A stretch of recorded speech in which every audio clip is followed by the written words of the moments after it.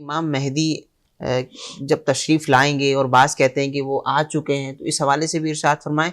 और जब वो तशरीफ़ लाएंगे तो उनका फ़िरका मसलक क्या होगा, इस हवाले से इरशाद फरमा दें। देखें, इमाम मेहदी रहमतुल्लाहि तआला अलैह अहले सुन्नत के नज़दीक ये बाकायदा क़ुर्ब क़यामत में तशरीफ़ लेकर आएंगे और इनकी पैदाइश होगी।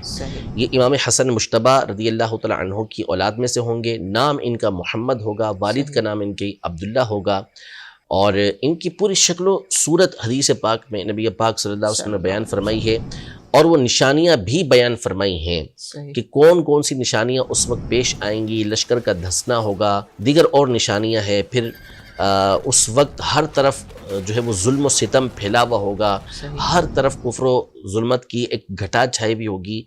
ऐसे हालात के अंदर आप तशरीफ़ लेकर आएंगे, मदीने से मक्के पहुँचेंगे, मक्के में फिर औलिया इनको काबे के पास पहचानेंगे और उस वक्त बाकायदा आसमान से निदा होगी कि ये अल्लाह का खलीफा मेहदी है, इनकी बेअत करो। तो आपकी निशानियाँ इस कदर वाज़े हैं कि कोई दावा करता है तो उसके दावे को झुटलाने में कोई मसला रहता ही नहीं है।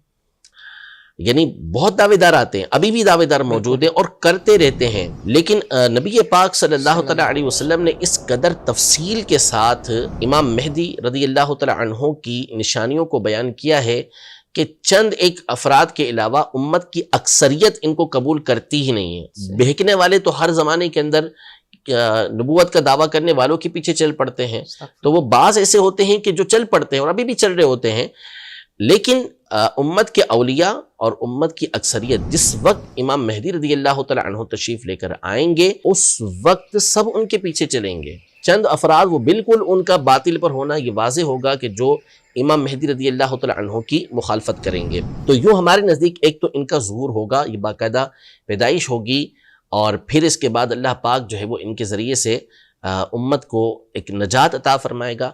बाकी रहा फ़िरका तो वो जो है वो मज़हब अहले सुन्नत पर होंगे और नबी पाक सल्लल्लाहु अलैहि वसल्लम की तालीमात पर होंगे। अब रहा ये कि वो कौन सी फ़िक को फॉलो करेंगे, तो वो फॉलो नहीं करेंगे बल्कि वो मुज्तहिद होंगे। कुरान और सुन्नत से बराह रास्त उनको अहकाम निकालने की कुदरत हासिल होगी। हाँ, उलमा ने ये इरशाद फरमाया सूफिया किराम ने कि कश्फ के ज़रिए उनके सामने ये बात ज़ाहिर हुई कि इमाम मेहदी रज़ियल्लाहु तआला अन्हु जिस फ़िक को लेकर आए, यानी जिस फ़िक के आप मसाइल को बयान करेंगे वो इमाम आज़म अबू हनीफ़ा रहमतुल्लाहि तआला अलैह की फ़िक से उनके बयान करदा मसाइल के बहुत ज़्यादा करीब होंगे। उनसे ये भी इरशाद फरमा दें कि गौस के हवाले से भी चलता है और कहते हैं कि ये गौस भी होंगे, इस हवाले से भी बिल्कुल ऐसा है। गौस देखिए ये औलिया का एक मनसब है कि जो रखा गया है उसमें से गौसियत कुबरा होती है, गौस आज़म जिसको कहते हैं।